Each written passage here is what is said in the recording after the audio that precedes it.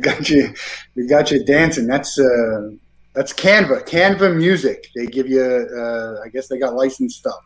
We're gonna get maybe some artists to do our intro music and exit music. Welcome back to the Wolff Den. Happy Wednesday. I'm Matt Wolff, founder and CEO of Ticket Time Machine. Today we have Steve Everett on the show. Steve is a singer-songwriter, but I'm going to let him introduce himself a little bit more. Hello, I'm Matt Wolff's friend, Steve Everett. I live in Nashville, Tennessee. I enjoy a long hug and an awkward joke, and I play music for a living somehow, even after coronavirus or during the late stages of it. It's starting to come back, so I'm excited to be back on the road, and thanks for having me, Matt. I appreciate it. Yeah, great to have you here. We had a good friend of yours, JD, on the show. I met you in the same way on the rock boat. You're a rock boat veteran and six-man veteran. You also have an organization called Rock by the Sea, which it's not a rock boat or six-man thing, but certainly you guys have this community and fraternity, or I don't want to say fraternity because there's some females in there, of artists who come and do it. So tell everybody what Rock by the Sea is. Yeah. Well, it's Rock by the Sea is a 501c3, and it is a children's cancer charity. So basically we put on boutique music festivals in small little places, kind of hidden treasure towns, now all over America. And it's usually based around water. So the charity's out of Tallahassee, Florida. That's where it was formed by some state government folks about 16 years ago. And I've been on the scene for about 12 years or so, and we basically put on events for 200 to 500 people, and we are an all-volunteer board, and all the money that we raise goes straight to pediatric cancer charities. Right now we're funding the pediatric brain tumor immunotherapy program at the University of Florida, which is getting really, really exciting results. But it's just kind of an area of cancer research that is underfunded and kind of understaffed, really. These companies can make a lot more money treating adult, diseases, and so we just, our founder Beth Gosnell just wanted to make sure that we really focus and shine the light on kids. Yeah, University of Florida, near and dear to my heart. Obviously, Gator. I think I saw you had a pretty cool. What they give you a doctor jacket, a scientist jacket. Yeah, they gave me a lab coat. Lab coat. That says Steve Everett Board of Directors on it, and I wore it. Sister Hazel's lead singer Ken Block, who's somehow become a friend over the years, went with us one day to drop off a check for that lab, and I wore my lab coat and just walking around campus, and I tried to convince everybody I was a doctor, but no one went for it. Is it it's the red? It's the ginger? Is that it? I don't know. There's got to be ginger doctors, man. Yeah. I'm sure there are. I know. Ed Sheeran's a ginger, right? Is he the best ginger singer out there? My mom says it's me. Your mom says it's you. All right. Well, that's fair enough. It's your mom's vote counts as much as everyone else's vote. That's what I was told over the years. Yeah. Well, to talk about a few things there, it's not a surprise that you've become a friend of Ken. You're a rock boat staple and someone who they can rely on to be there, whether it's you or you collaborate with JD or create your own band and you're always involved in the extracurricular stuffs there, always around and very visible from a fan point of view, which not all the artists are, and that's okay. It's tough for people to kind of play all the time and then also be out there. So it's not for everyone to do that. So it's no surprise with all the stuff that you've done with Rock by the Sea also that you're a friend there. Wanted to mention Beth, who is one of the founding guests of the Rock Boat. She's been on all of them, and we lost an important part of the Rock Boat this year. Gail, who was another one who's been on all of them, and I think there were three. It was Gail. I always forget the third. Who was the third who's been on all of them? Yeah, I don't remember who the third one is. I know that Beth and Gail, they founded Rock by the Sea, and I used to work, hand in hand with Gail. She was the sweetest, most tough lady, and so certainly you're right. We had a loss this year. Yeah, I'm not sure if the third person has been on them all or happened to be on that first cruise ship. I don't know. I thought she was because I think it was they I got don't a know. car either for the 15th or the. Yeah, I He think was it's up one of there. those things where she was on the first rock boat, but they just bought like half of the boat for the first one, and then Yeah. so she just happened to be on that cruise ship, and then ended up buying a ticket. So I don't know if there's a designation or not, but yeah, there's 3 people who have been on all 21 cruises. It's incredible to do anything like that Oh for yeah, 20 something years. I have a sports weekend trip that we do with our friends. This year will be our 20th time. I had to miss the first one. It just to do anything for that amount of time, and it's yeah. not a cheap venture. But No, yeah, it's certainly not. sad to hear about Gail. I'm sure there'll be some festivities and tributes on, and she was a big part of that community with Rock by the Sea and the Rock Boat. You have a new album out. It's called Little Wings. sorry, coughing on here. So the new album is called Little Winds, and let's have you play a song for everyone from Little Winds. Yeah, I'll do that. Let's see here. Yeah, shout out to Gail, man. What an awesome lady. Texas. She was Texas tough. All right, I'm gonna do Homeroom. I like playing this song. My last record, Honest Graft, which everyone hated the title of, had a song called Elemento P on it, and it was about this girl that I went to elementary school with, who I had a crush on, and then watching her date all my friends as we grew up and went to the same schools. And this is kind of a continuation of that same vibe, and it's called Homeroom from the new record.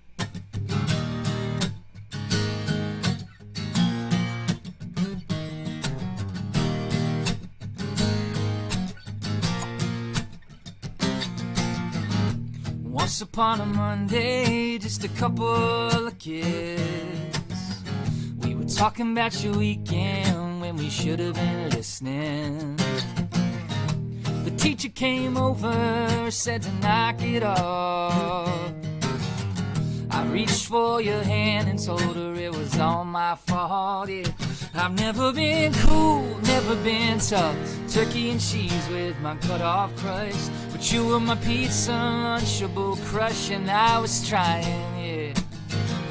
Trying to be smooth, coming off funny, laughing it up when you kiss my buddies. Playing the long game, asking your dad for a tip or two. It was a hell of a trip trying to make you fall in homeroom.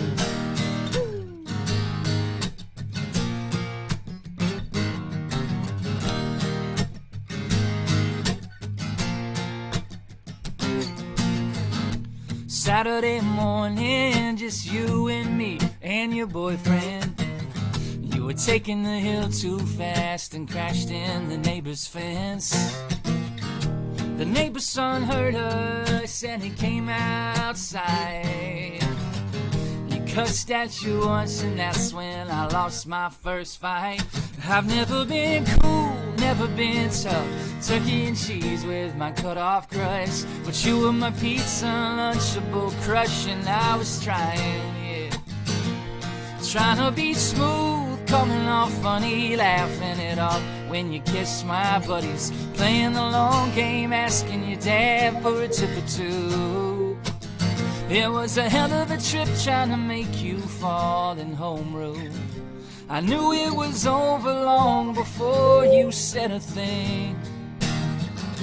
But I'll always love you just for showing me how to be cool, how to act up, how I should chase after what I want, and that I can find love with anyone that's worth the trying.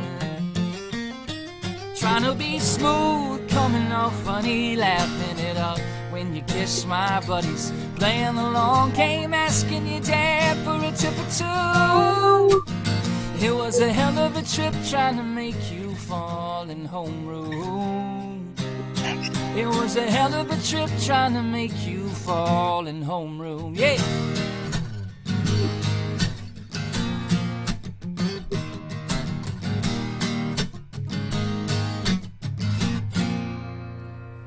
Oh Home Very Run, nice. the new record. Love it. Love it. Great song. We got a question in the audience here. What kind of guitar is that? Well, Jason Raffelt, I'm glad that you asked. This is a Macmillan guitar. My buddy Marty McMillan makes these in Mount Juliet, just right outside Nashville here. And So you're an ambassador for them, right? I am, yeah, and it's not a paid thing. Like I've paid full price.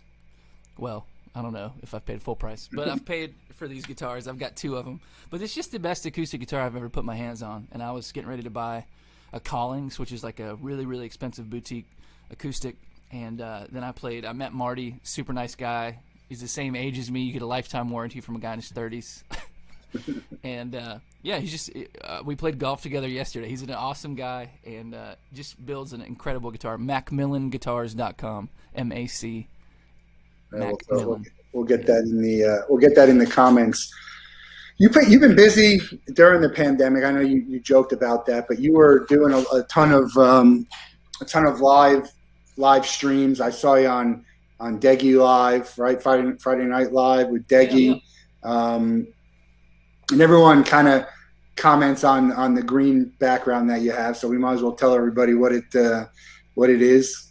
Yeah, man, it's just Amazon artificial boxwood is what it is. It just comes in these little squares, and you just buy enough to cover, whatever surface.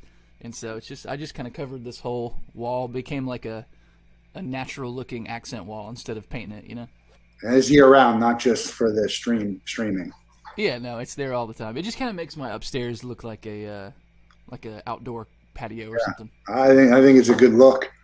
How important was live streaming and being able to play music for yourself just to keep yourself going, but also for your fans who want to hear music? Man, I honestly for the last 11 years, I would have said incredibly important, but I went the other way during the pandemic. You're right. I did a lot of guest spots on other people's streams, but I've been doing an online show once a month for like 11 years called Cigar and a Song. But I just, it started because I was in bands for years, and my band in college, Union County, we toured around with Sister Hazel a good bit, and that's kind of how I got my foot in the door in that world. And, our band broke up, and I had been in a band before that, and so I had these fans that were still ready to hear music from me, but everybody else had kind of stopped making records and touring. And so I had this audience, but I had just moved in with my parents for 6 months after school to try to save up some money so I could move out here to Nashville. And so I just, I looked around, and there was one website where you could live stream called Vocal, V-O-K-L-E. And so I was I had to be one of the first folks to live stream music. And it was such a learning curve, and, to figure out what equipment worked. And there wasn't anything you could Google about, well, how do you set your settings to where music sounds good through a laptop, and it was just the one website, and it's still there, but it was in beta. And I was using it because I just wanted to connect with this group of fans that I had that were kind of scattered all over the country, but I just was too poor to tour to them, and I didn't have, a record, or I didn't know what my next project was. So it's just been a long history of me live streaming just out of necessity. And then over the years, the different websites have popped up, and I've been able to, navigate them. So once the pandemic hit and I saw everybody was starting to live stream, I just kind of was like, man, I'm going to get out of the way. Yeah. I'm gonna focus on writing and making a record, and I started, I did all kinds of stuff. Man, I kind of saved myself. I started going to therapy. I started keeping a gratitude journal. Started walking 6 miles every day, and just carving out time for myself. And it really was just a life-changing year for sure. And so it was one of the great things about the pandemic is take a step back, slow down. Because you think about now, and I don't know if it started yet, but we'll ask you that, but I mean, we're never going to have the kind of break that we just had of life.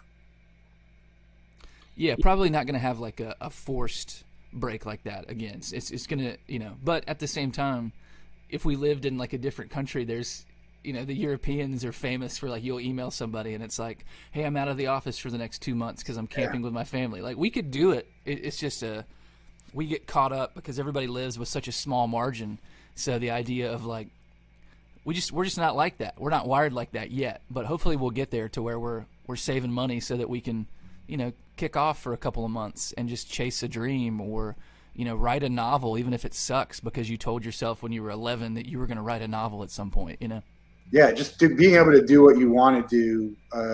No, you're right. A lot of it is people don't have the time, and then a lot of it is people are scared to do it or hesitant to do it. What made you try and change, the way you look at things and do things? Was there anything in particular? Yeah, I mean, I'm an artist, like that's all that matters to me at the end of the day.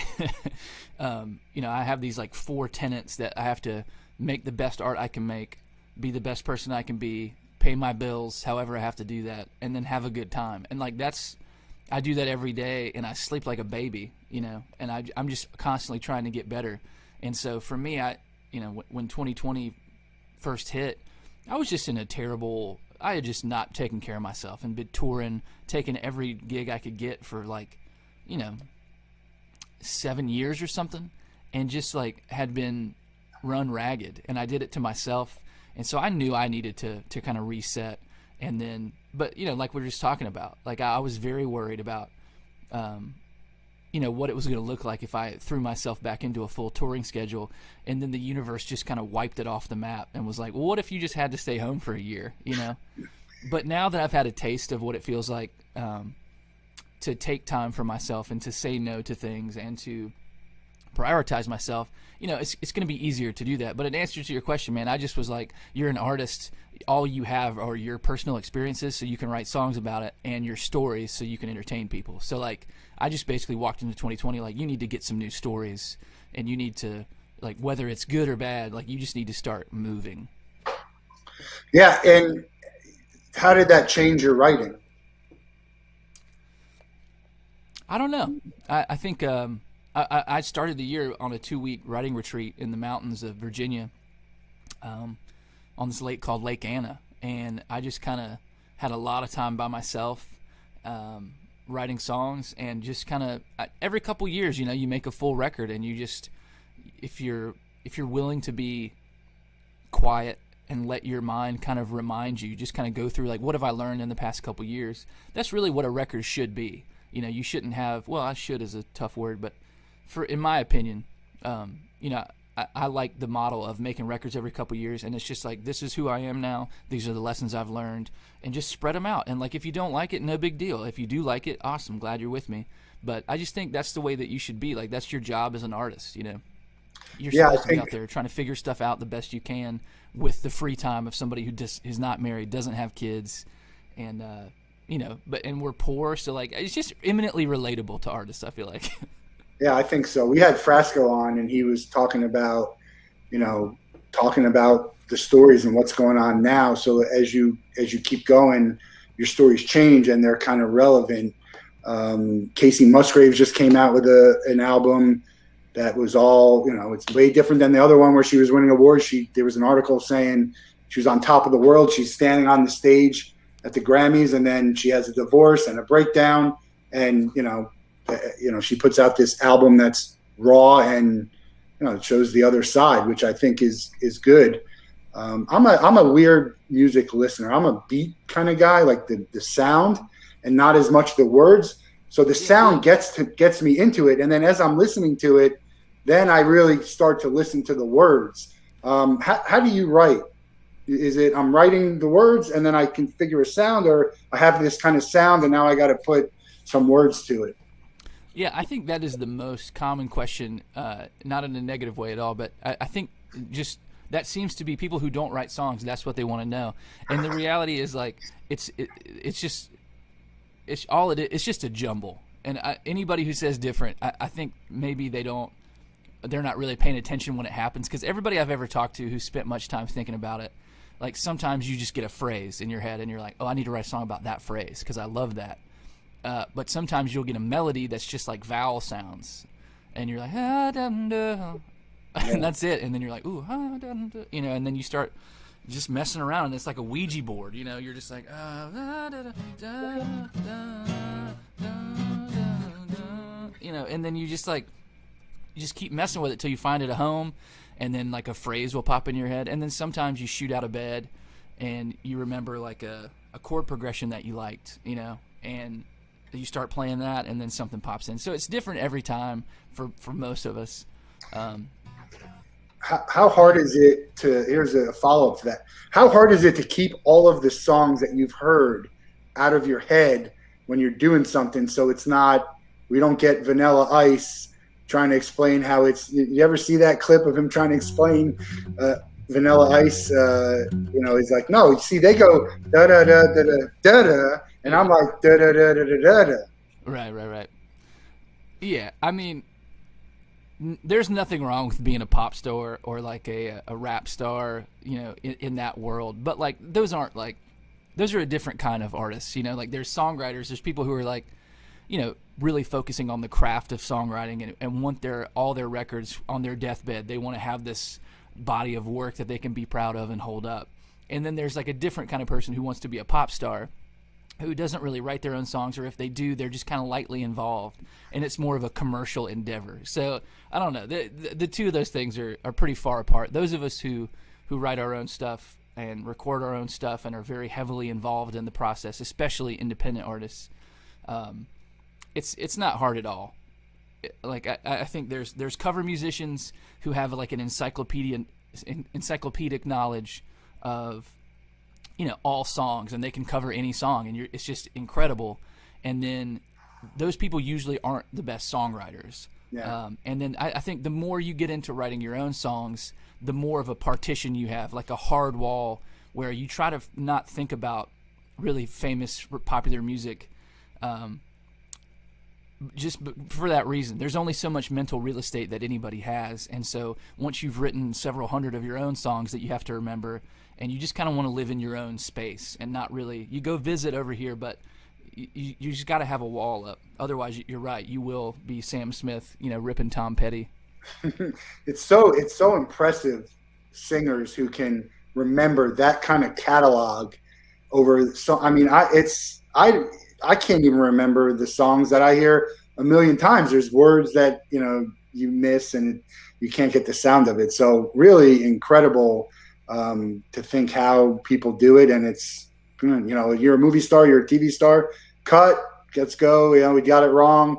Take 172, you know, but you guys, and most people won't know if you missed something, depending, but there are people will know, you know, who've seen you, they're going to know.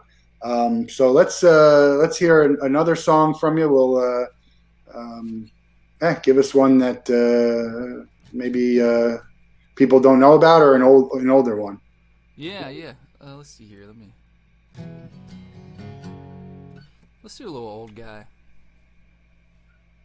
I know you said I want to do one of the ones that you said. You like Sofa in the Sea? I love Sofa in the Sea. I like Take It. I like I like a lot of them, but obviously West Coast Time is a good one.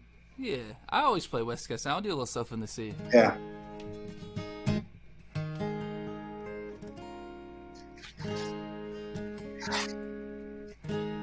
I wrote this song sitting on the Pineapple Fountain in Charleston, South Carolina. I lived in Charleston for a couple years after school, and I would just go down there, and I some of these people have probably already heard the story, but when I was a kid, I thought that Sharon Stone was made out of rock.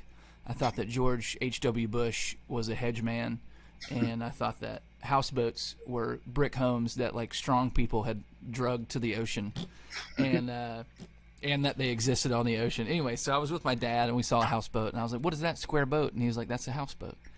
And I was like, "Where's the brick?" And he was like, "You're 31, you have to move out." No, but he was just like, you know, explained it to me, and I was like, I got to thinking about that day, sitting in Charleston at the Pineapple Fountain, and I was like, man, if your boat, or if your house was a boat, your sofa would be your lifeboat. And so I wrote this song sitting there called "Sofa in the Sea" for my first record.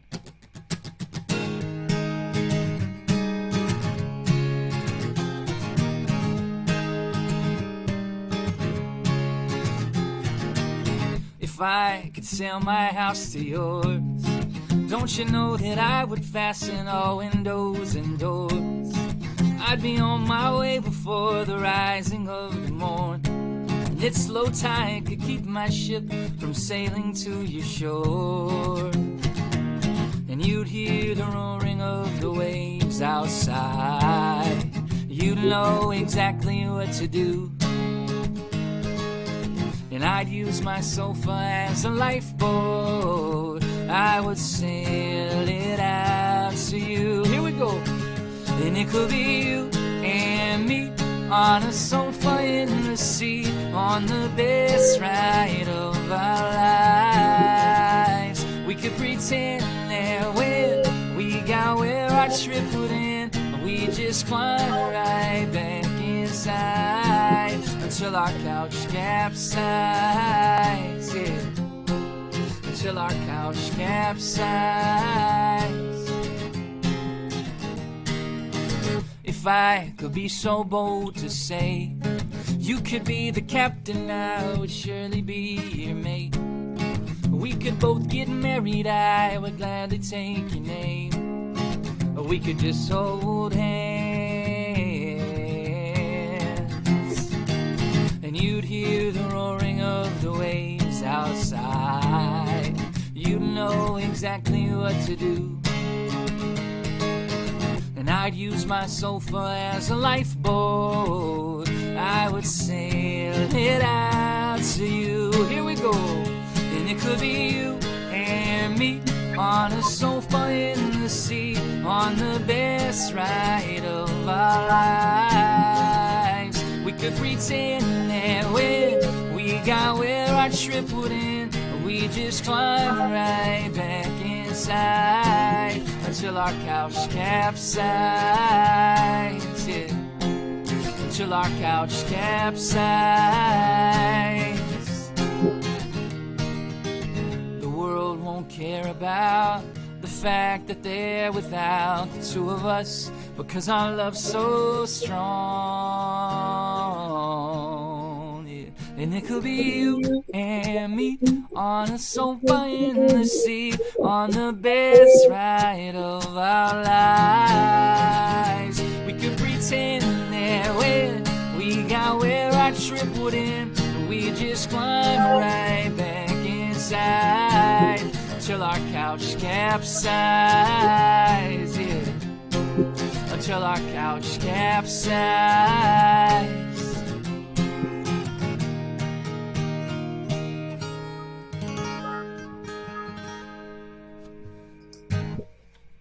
Good stuff. Big fan of that song. It's on my exercise routine in the on Amazon Music. That's what I use. So Eugene loves the songs.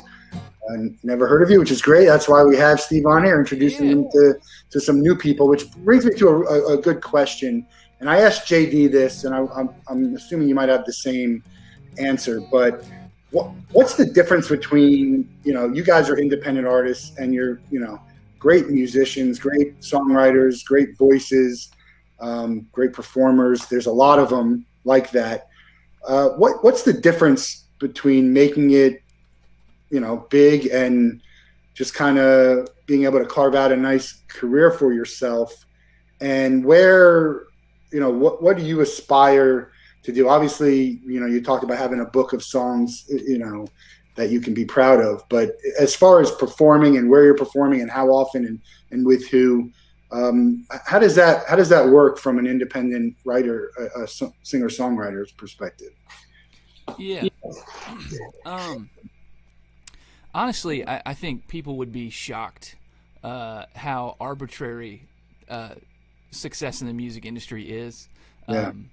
I've been very, very fortunate to be around a lot of people who have had hit songs, especially in the 90s and 2000s, who now are playing the same exact venues that I play, have the same kind of number of social media followers and engagement that I have now. And it is basically like, it's like sitting at the cool kids club, in school. Basically making it, as an artist, is, who's the best teacher you've ever had? What are the odds that the best teacher in the world is also the most famous and most celebrated teacher in the world. That's just not how it works. You know, like, you have to be so many things. Like, we all kind of love Neil deGrasse Tyson. He's an astrophysicist, and he hosts the Cosmos, and he's a brilliant guy. But it's not that he's the best astrophysicist. It's that he's a good-looking dude. He's very likable. He's a very good public speaker. He doesn't have a temper. Like, all these things. And he knew somebody, too. He knew somebody. I mean, maybe he did, maybe he didn't, but it doesn't even matter like that. You don't have to be connected. You just have to be exactly what someone is looking for in the moment that they're looking. And so, you know, there's things that we all know, kind of seeing behind the curtain about the industry, but, you know, it's the reason that a band like Mumford & Sons comes along, and, like, nobody wanted anything to do with Mumford & Sons in the music industry because it was like banjo and, like, British guys that sing like they're not British, and people were like, we don't know what to do with this. You guys have a trumpet player? Like, we're not doing trumpet stuff on the radio. And they were like, well, we'll see. And then 5 years later, they get famous, blow up, and then there's all these Americana bands that just hot on their heels, that dress the same, look the same, and bands like the Lumineers, who had been a band for 10 years. You know, a lot of us had played shows with the Lumineers over the years. And, you know, they were just rattling around in obscurity the same as the rest of us. So I think people would be surprised how big the pool is at the very top of, like, people who have gotten their 10,000 hours in. They're masters of their craft. They're very good. They've played shows. They know nothing's going to surprise them. You know, they're professional, top-tier people. And, you know, just all it takes is one band or one artist, or, you know, like, there's a million good examples, but people always say the cream rises to the top, and that is true. The cream does rise to the top, but unfortunately, you know, being in the top 5% of, like, singer-songwriters on the planet, it just gets you into the reservoir. And so then when something comes along and the industry wants to capitalize on a trend or be like, all right, this is working, we're going to go find more people like that, then they dip into that reservoir.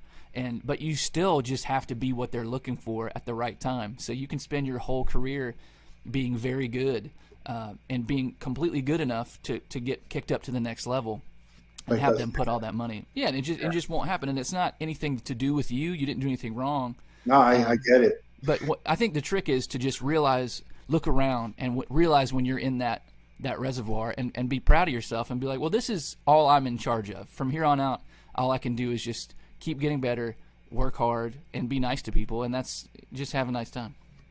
Yeah, and you know, you've carved out a great career for yourself, putting out albums, touring. You got the Rock by the Sea. You know, you're playing Rock Boat. Is there some other level that you aspire to be or hope to be, and maybe think if it happens? Or some people don't. Some people don't want to have that, you know, be the next, you know, big star in the world. It's not always about the money. Maybe it's just about, you know, the freedom and the time and mental health, whatever that might be. Yeah, I would love if I had more money, I could definitely target specific groups, you know, to advertise my music to. Because kind of what you're talking about, being a household name is just so much has to go, you know, your way for that to happen. Like, I don't really hold that as like a goal or like an outside hope of mine or anything. You know, tastes would have to change in American music for somebody like me to get on the radio. You know, there's a few people who make adult contemporary music, which is what our style of music is called now. You know, there's one Sarah Bareilles, there's one Jason Mraz, there's one John Mayer. Like, there's just very, very little of our style of music on the radio. And so, you know, I'm very aware of that. But at the same time, like, you know, we have people like Jason Isbell. We have people who are really, really great songwriters who play, you know, just like good old music. Yeah. And we do let them get to this level. Sturgill Simpson's another one. And, you know, Tyrone Wells has had a nice long career. And so, you know, that's kind of the goal. Somebody like Stephen Kellogg does a really good job of playing small theaters and getting good turnouts, and taking his job really seriously, and, you know, having his family run the merch store. Like, there's a level of, you know, can you get 500 people out to a theater in every town in America? And that's like a very cool thing. Red Wanting Blue enjoys that because they've been going for, you know, 20 plus years. just touring every town in America. So there's a middle class of music that, some of us are approaching, and a lot of these people from the circles we both run in have kind of found that, which is beautiful, because you can still go to the grocery store, nobody recognizes you. Yeah. But it is fun when someone does recognize you, and then you have enough money to live and feel good, but you're also not getting so rich that you become complacent and think that you need to stop growing as an artist. Look, being able to do what you love as a career is one of the greatest things that could happen to a person. So, and it doesn't have to be where you're making a ridiculous amount of money. Just making enough money to be able to do it is great. And so, I applaud that. It's great for artists to get into it they're doing it for the right reasons. And that could be anything, whether it's a podcast, a company. Do it because you love it. Do it because you're passionate about it, not because you think it's going to make you rich. Although, look, we're all in business. If someone came to you tomorrow and said, "Hey, I want you to, do whatever, and you're going to get all this money," if it was the right fit for you, of course, that would be great. And same with me. But you have to be happy with where you're at, and where you're, be realistic about your expectations. Speaking about a certain look, a certain sound, and at the right place, right time. There's all these kinds of American Idol and Voice, and would you ever have gone on those shows back in the day? Man, it just really wouldn't be a good fit for me. Like I'm not. Those shows are all for people who have like really big, powerful voices, And I think I have a fine voice, but I'm just not really like I couldn't stand up as just a singer. I kind of have to do. I'm good at a few things. Not great at any of them, but if I do them all at the same time, then I think it gets to a level that's enjoyable for folks. But yeah, I would hate to know that I had to just impress somebody as only a guitar player or only a singer or only a songwriter. Like I need to be doing the whole thing and being funny in between, or trying to be. So it's just not really a good medium for me. Jason wants to know if you do any fingerstyle guitar.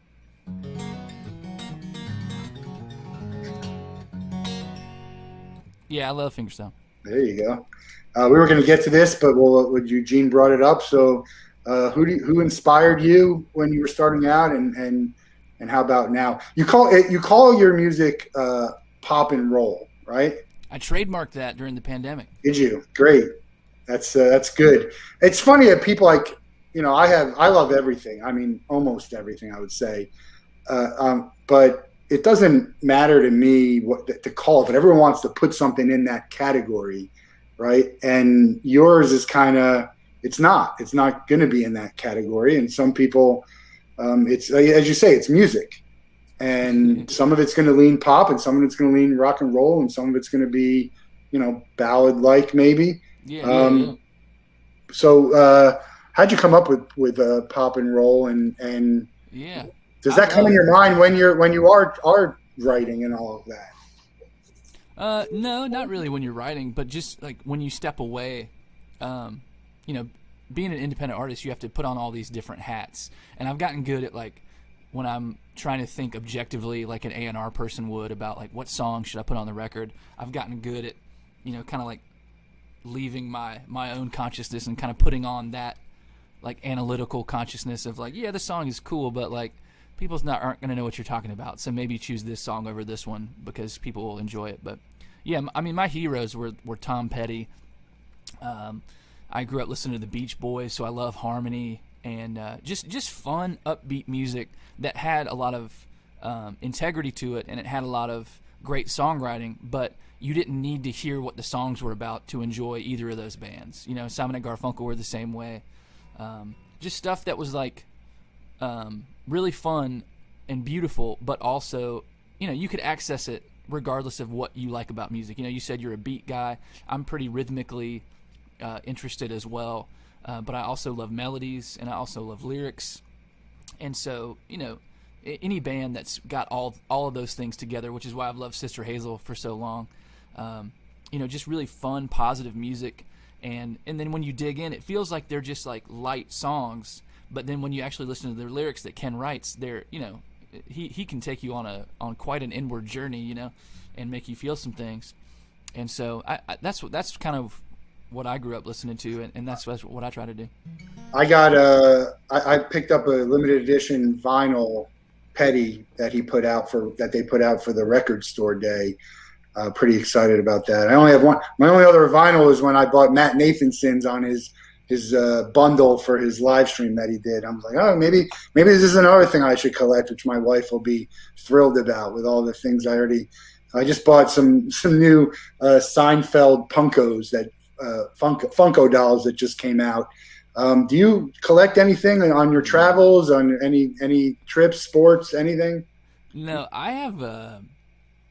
I really don't love to give in to the side of myself that likes stuff. You know, I smoke cigars. Yeah, well, I don't know. I smoke cigars, which is my biggest waste of money because it's like $5 and it's gone in like 45 minutes. But there's little things like everybody's got their things, but I've always just tried to keep like a real nomadic availability. So I've got some camping gear and I've got some musical gear, but I use all of it. Like I don't have more than I need. I've got a couple of acoustics.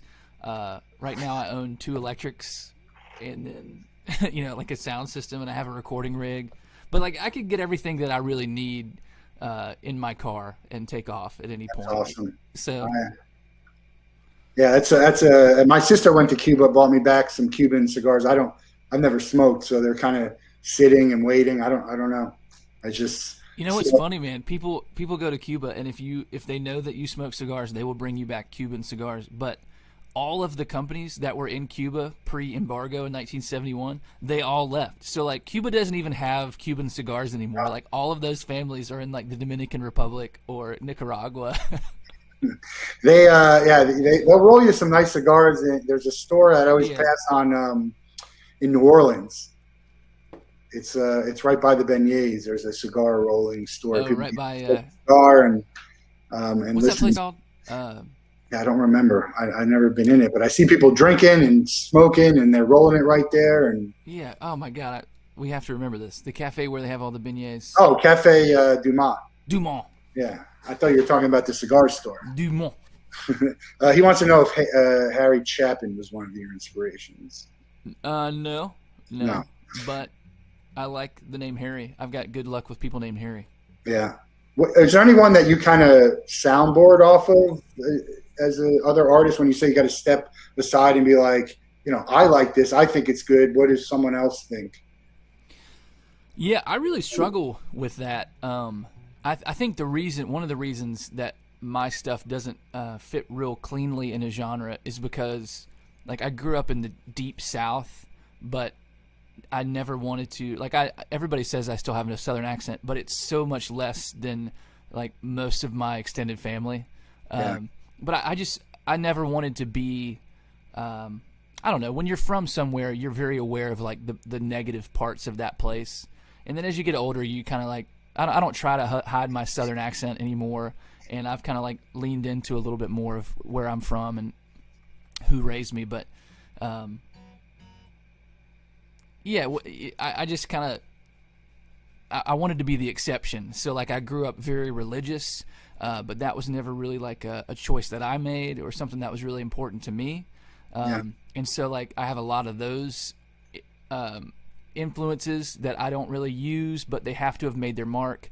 And the same thing with like Southern and country stuff that I never really like wanted to dig into because I wanted to be this kind of international, I wanted to be an American so I could relate to everybody. And so I think there's just a lot of stuff kicking around that kind of all comes out in the stew. But I like that. Like I like musicians that don't sound like anybody else, that are, real specific vibe. And sometimes, you're like, man, I really want to listen to Rustin Kelly right now.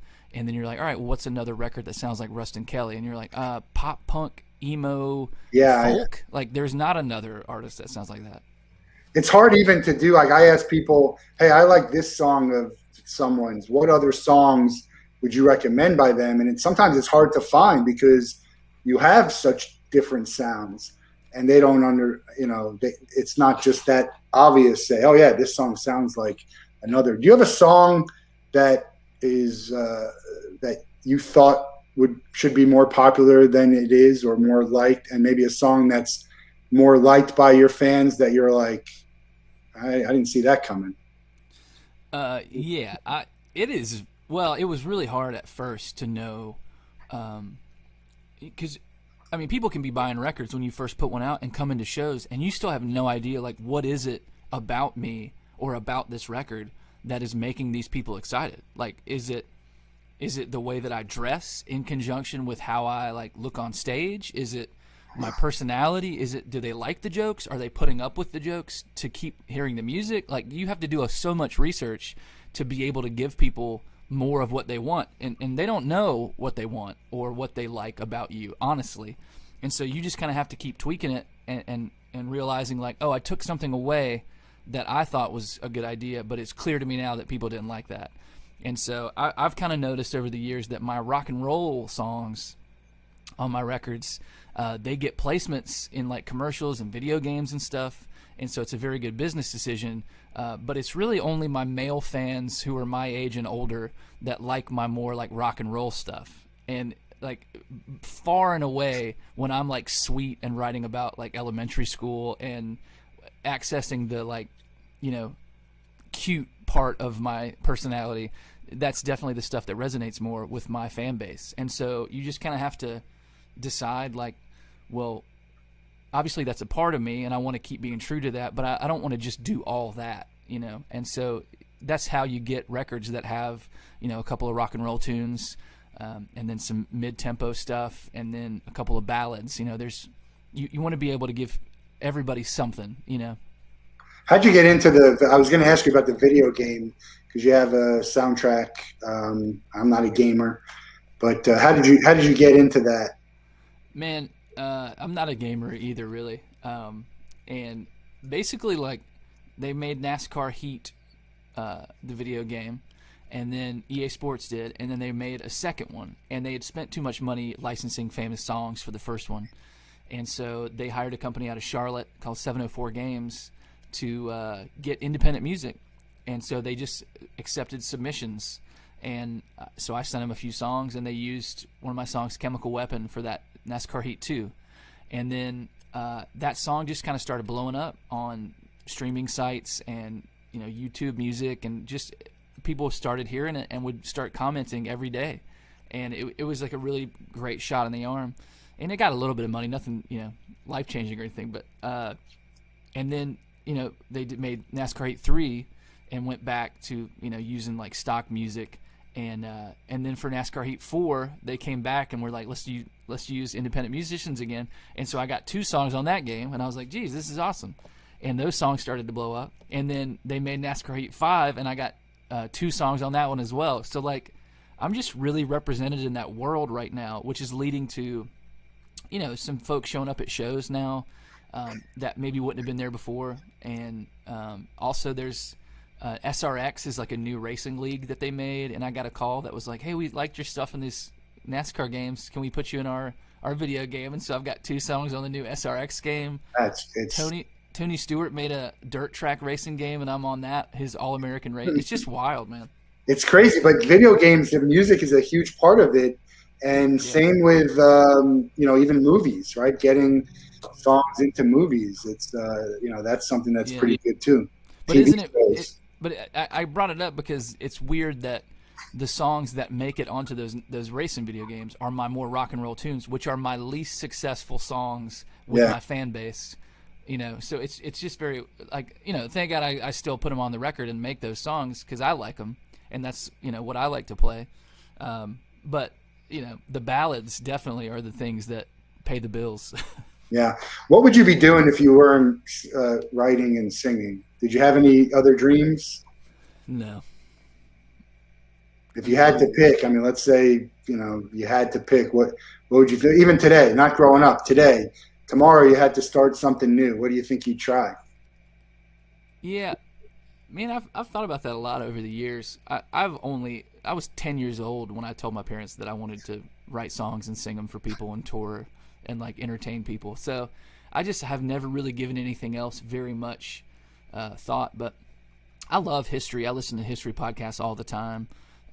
You know, and I do love I used to teach guitar lessons and stuff. So maybe I'd be a music teacher, maybe I'd be a history teacher, but something where I could, amass knowledge and then pass it on to people would definitely be, I'm sure, where I'd end up. Yeah, it's funny. I was always thinking a great question is doesn't apply for everyone, but if I had to give up either sports or music, which one would I do? And I think it would be I'd give up sports and have music. And it's crazy to think because I'm ridiculously fanatical about sports, especially the Gators. But there's something about music that is, 24/7, 365. And there's so much, sports is very seasonal. And so it's like, all right, well, I have Saturdays for college football. What the hell am I going to do the rest of the time? I can't listen to music. It'd be a tough choice. Obviously for you, it's music.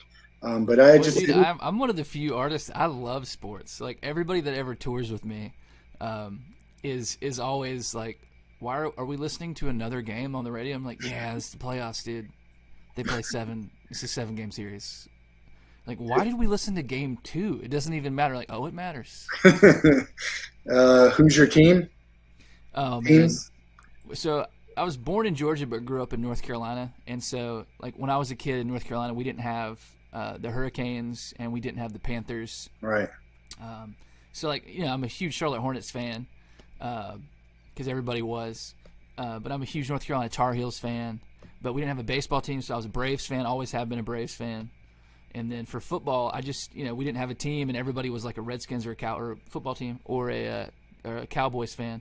And everybody was out of state already, so I saw John Elway play. So I've always been a huge Denver Broncos fan. Oh yeah, I saw Elway get drafted by the Yankees when I was really young. Yeah, man. And that made me become a Broncos fan. So I'm not as big into the pros as I am college, but still always will be a Broncos fan. Yeah, and then I moved to Nashville. I did I stay close attention to the Preds for sure. Yeah, they're doing pretty good. Give me your Mount Rushmore of music. It could be just your 4 favorite, maybe the 4 greatest. Either combination.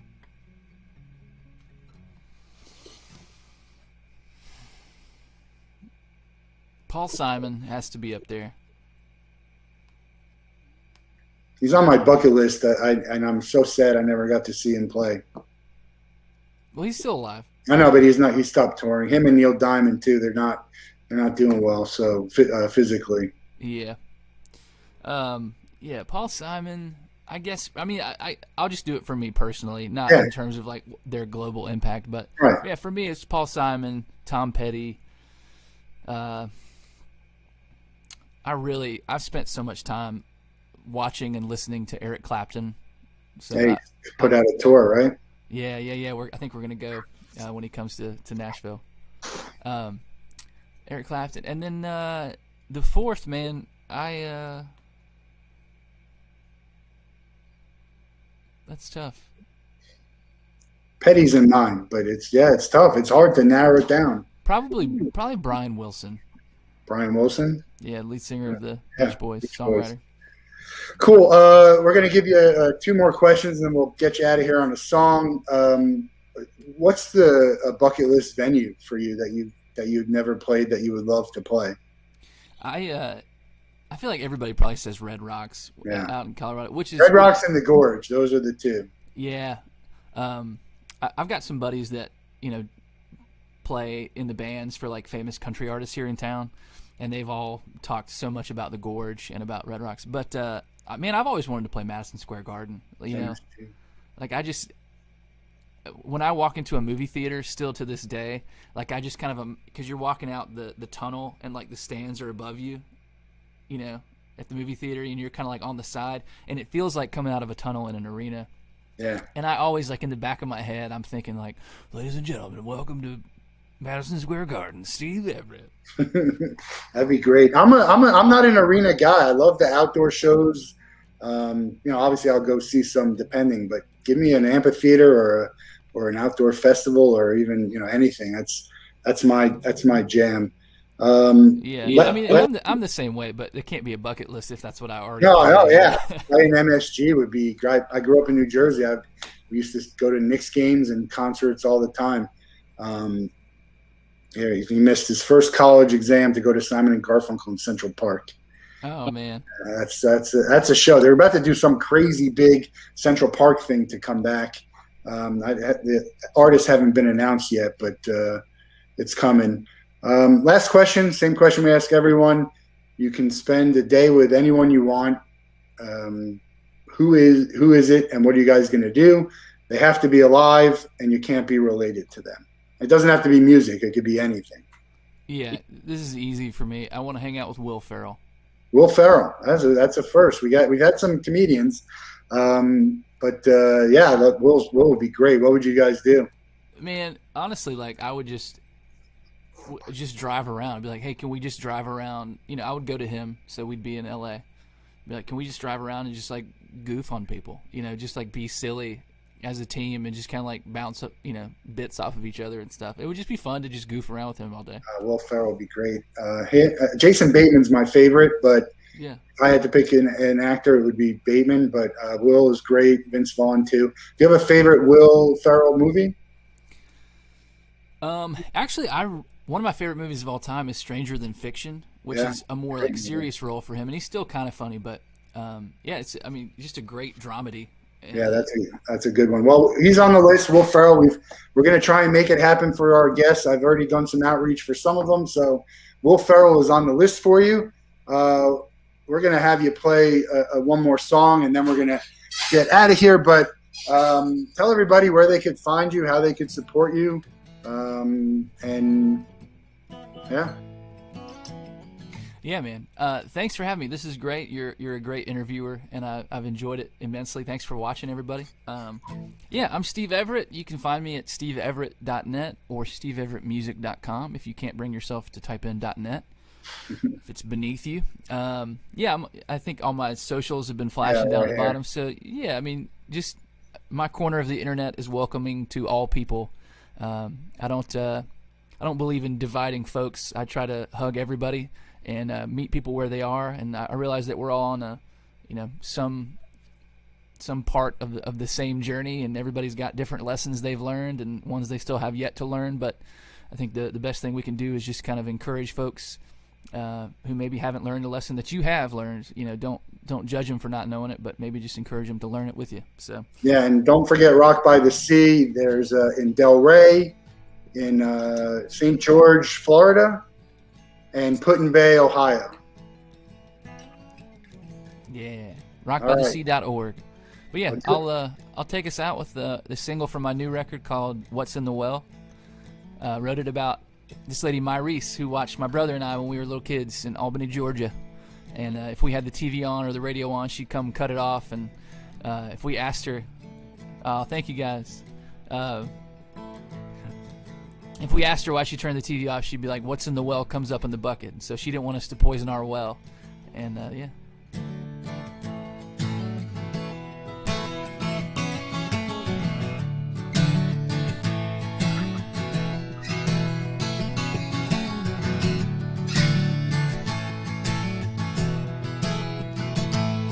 Well, it's 86 in Albany, Friday night about 6:15. Mom and Dad's anniversary, and Myreese is at the door. 55 and 5'0", sweet as pie, but Bible thumping. Every time we were watching something, she'd come and cut it off. And she'd say, "What's in the well comes up in the bucket. You can waste time, but it don't stop running. Seasons change, but it won't change nothing. What's in the well comes up in the bucket, yeah." Well, it's 96 in Old NC. Friends are passing around a magazine, stuff my dad wouldn't let me see. So I up and took off. Went to school for a couple days. Everybody asked why I ran away. I couldn't think of something cool to say, so I reached for the same old song. I said, "What's in the well comes up in the bucket. You can waste time, but it don't stop running. Seasons change, but it won't change nothing. What's in the well comes up in the bucket, yeah."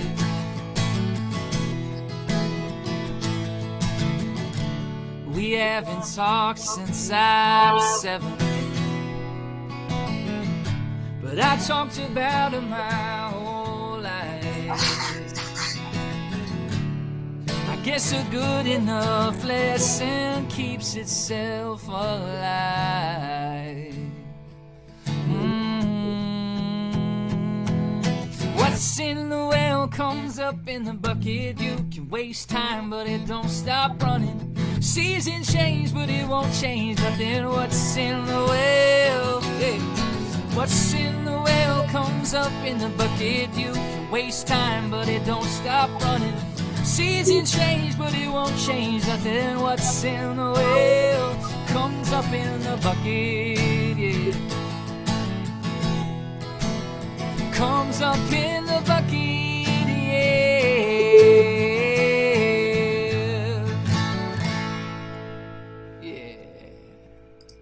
Steve Everett, everyone. Check out his music, steveeverett.com. New album, Little Wings. He's out on the road, Rock by the Sea.